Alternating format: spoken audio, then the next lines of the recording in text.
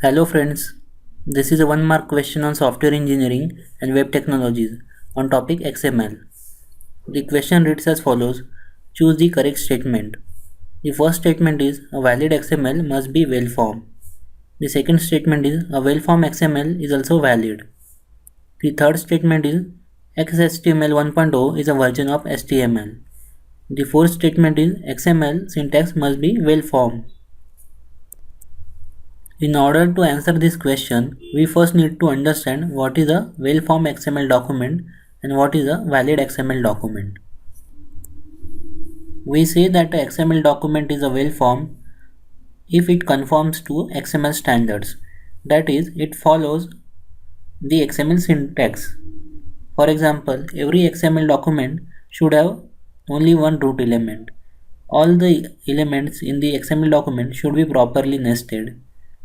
Then every element should have an opening and closing tag, etc. From this, we can say that the fourth statement, that is XML syntax must be well formed, is true. Now let us look at the valid XML document. We say that a XML document is valid if it is associated with a DTD or XML schema and it complies with constraints specified in DTD or schema. Here, DTD or document type definition or schema defines the structure of XML document and also defines what are the legal elements allowed in the XML documents. So, a valid XML document is also a well-formed XML document. So, the first statement is true.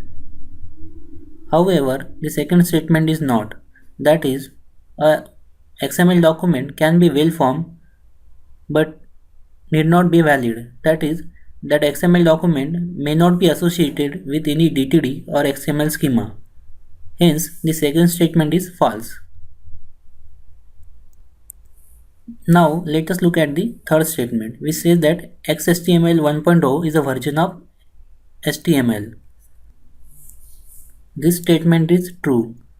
In fact, XHTML is nothing but the extended version of HTML, and in particular XHTML 1.0 is equivalent to HTML4.